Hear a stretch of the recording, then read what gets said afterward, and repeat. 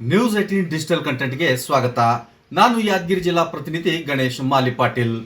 ವೀಕ್ಷಕರೇ, ಇವತ್ತಿನ ವಿಷಯ ಯಾದಗಿರಿ ಜಿಲ್ಲೆಯಲ್ಲಿ ಸಿಟಿ ಸ್ಕ್ಯಾನಿಂಗ್ ಸರ್ಕಾರಿ ಆಸ್ಪತ್ರೆಯಲ್ಲಿ ಬಡವರಿಗಾಗಿ ಉಚಿತ ಸಿಟಿ ಸ್ಕ್ಯಾನಿಂಗ್ ಇತ್ತು. ಅದರ ಸೇವೆ ಸ್ಥಗಿತಗೊಳಿಸಲಾಗಿದೆ.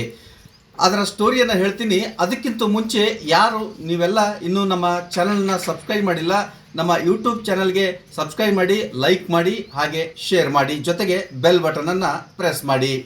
ವೀಕ್ಷಕರೇ, ಸರ್ಕಾರ ಬಡವರಿಗಾಗಿ ಸಿಟಿ ಸ್ಕ್ಯಾನಿಂಗ್ ಉಚಿತ ಸೇವೆಯನ್ನು ಮಾಡಬೇಕು ಅಂತ ಕೊಟ್ಟಿತ್ತು.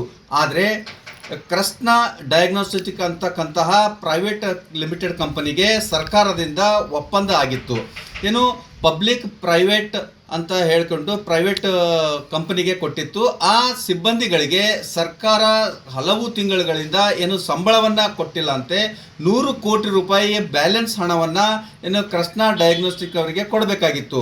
ಆ ಹಿನ್ನೆಲೆಯಲ್ಲಿ ನಮಗೆ ಬರಬೇಕಾಗಿರ್ತಕ್ಕಂತಹ ಹಣ ಬಂದಿಲ್ಲ, ಹಾಗಾಗಿ ನಾವು ಸೇವೆಯನ್ನು ಸ್ಥಗಿತ ಮಾಡಿದ್ದೇವೆ ಅಂತ ಕೃಷ್ಣ ಡಯಾಗ್ನೋಸ್ಟಿಕ್ನ ಸಿಬ್ಬಂದಿಗಳು ಹೇಳ್ತಕ್ಕಂಥ ಮಾತು.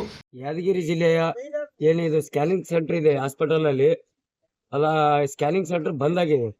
ಕೃಷ್ಣ LTD ಅಂತೇಳಿ ಒಂದು ಕಂಪ್ನಿ ಇದೆ, ಅವ್ರಿಗೆ 100 ಕೋಟಿ ಹಣ ಕೊಡ್ಬೇಕು ಸರ್ಕಾರ. ಯಾಕೆ ಕೊಡ್ತಾ ಇಲ್ಲ? ಇಲ್ಲಿ ಇರ್ತಕ್ಕಂತ ರೋಗಿಗಳಿಗೆ ಪರದಾಡ್ತಕ್ಕಂತ ಸಂಭವ ಆಗಿದೆ. ಯಾಕಪ್ಪ ಅಂದ್ರೆ ಇದು ಸರ್ಕಾರ ಯಾಕೆ ಇಷ್ಟು ನಿರ್ಲಕ್ಷ್ಯ ಮಾಡ್ತಿದೆ ಗೊತ್ತಾಗ್ತಿಲ್ಲ. ಬಡ ಜನರಿಂದ ಆಗ್ತಕ್ಕಂತ ನೋವುಗಳು ಎಷ್ಟಿವೆಯಪ್ಪ ಅಂದ್ರೆ ಬೇರೆ ಪ್ರೈವೇಟ್ ಅಲ್ಲಿ ಹೋಗಕ್ ಆಗಲ್ಲ. ಯಾಕಂದ್ರೆ ಅವರು ಕೂಲಿ ನಾಲಿ ಮಾಡಿ ಅಲ್ಲಿ ಹೋಗಿ 8,500 ರೂಪಾಯಿ ಕೊಟ್ಟು ಇದು ಮಾಡಂದ್ರೆ ಅವ್ರಿಗೆ ಹೋಗಿ ಸ್ಕ್ಯಾನ್ ಮಾಡಕ್ ಆಗಲ್ಲ.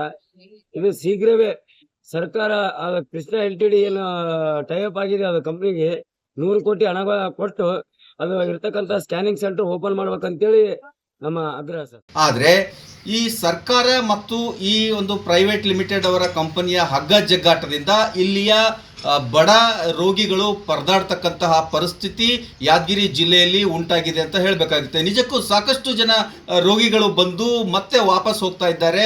ಅವರು ಬಡವರಾಗಿದ್ದಾರೆ. ಈಗ ಸರ್ಕಾರಿ ಆಸ್ಪತ್ರೆಗೆ ಬರ್ತಕ್ಕಂಥವ್ರು ಬಹುತೇಕವಾಗಿ ಬಡವರೇ ಬರ್ತಾರೆ. ಯಾರು ಶ್ರೀಮಂತರು ಸರ್ಕಾರಿ ಆಸ್ಪತ್ರೆಗೆ ಬರಲ್ಲ.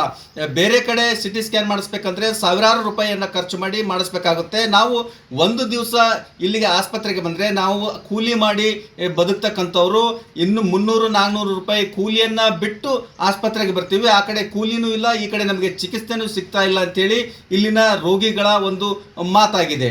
ಸರ್, ಅದು ಸ್ಕ್ಯಾನಿಂಗ್ ಅಂತ ಬಂದಿವ್ರಿ, LIC ಬಂದಿವ್ರಿ, ಫ್ರೀ ಆಗ್ತದೆ ಬಂದಿವಿ.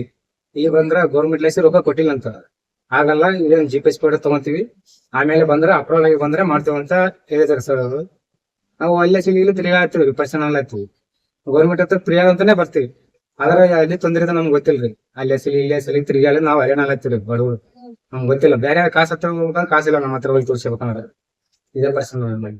ಒಟ್ಟಾರೆಯಾಗಿ ಹೇಳಬೇಕು ಅಂತಂದ್ರೆ ಈ ಕೃಷ್ಣ ಡಯಾಗ್ನೋಸ್ಟಿಕ್ನ ಕಂಪನಿಯವರು ಆಸ್ಪತ್ರೆಯ ಒಂದು ಆಡಳಿತ ಮಂಡಳಿಯು ಕೂಡ ಗಮನಕ್ಕೆ ತರದೆ ದಿಢೀರ್ ಅಂತೇಳಿ ಸ್ಥಗಿತ ಮಾಡಿದ್ದಾರೆ. ಸ್ಥಗಿತ ಮಾಡಿರೋ ಹಿನ್ನೆಲೆಯಲ್ಲಿ ಯಾದಗಿರಿಯ ರೋಗಿಗಳು ನಿಜಕ್ಕೂ ಪರದಾಡ್ತಕ್ಕಂತಹ ಪರಿಸ್ಥಿತಿ ಉಂಟಾಗಿದೆ. ಖಾಸಗಿ ಆಸ್ಪತ್ರೆಗೆ ಹೋಗಿ ತೋರಿಸ್ಕೊಳ್ಳೋಕ್ಕೆ ಆಗ್ತಾ ಇಲ್ಲ ಇಲ್ಲಿಯ ಒಂದು ರೋಗಿಗಳಿಗೆ. ಒಟ್ಟಾರೆಯಾಗಿ ಈಗಲಾದರೂ ಕುಟುಂಬ ಮತ್ತು ಆರೋಗ್ಯ ಕಲ್ಯಾಣ ಸಚಿವರು ಮತ್ತು ಸರ್ಕಾರ ಮಧ್ಯವಸ್ಥಿಕೆಯನ್ನು ವಹಿಸಿ ಅವರಿಗೆ ನೀಡಬೇಕಾಗಿರೋದನ್ನು ಬ್ಯಾಲೆನ್ಸ್ ಅಮೌಂಟನ್ನು ಕೊಟ್ಟು ಆದಷ್ಟು ಬೇಗ ಬಡವರಿಗೆ ಒಂದು ಉಚಿತ ಚಿಕಿತ್ಸೆಯನ್ನು ಕೊಡ್ತಕ್ಕಂತಹ ಕೆಲಸ ಮಾಡಬೇಕಾಗಿದೆ.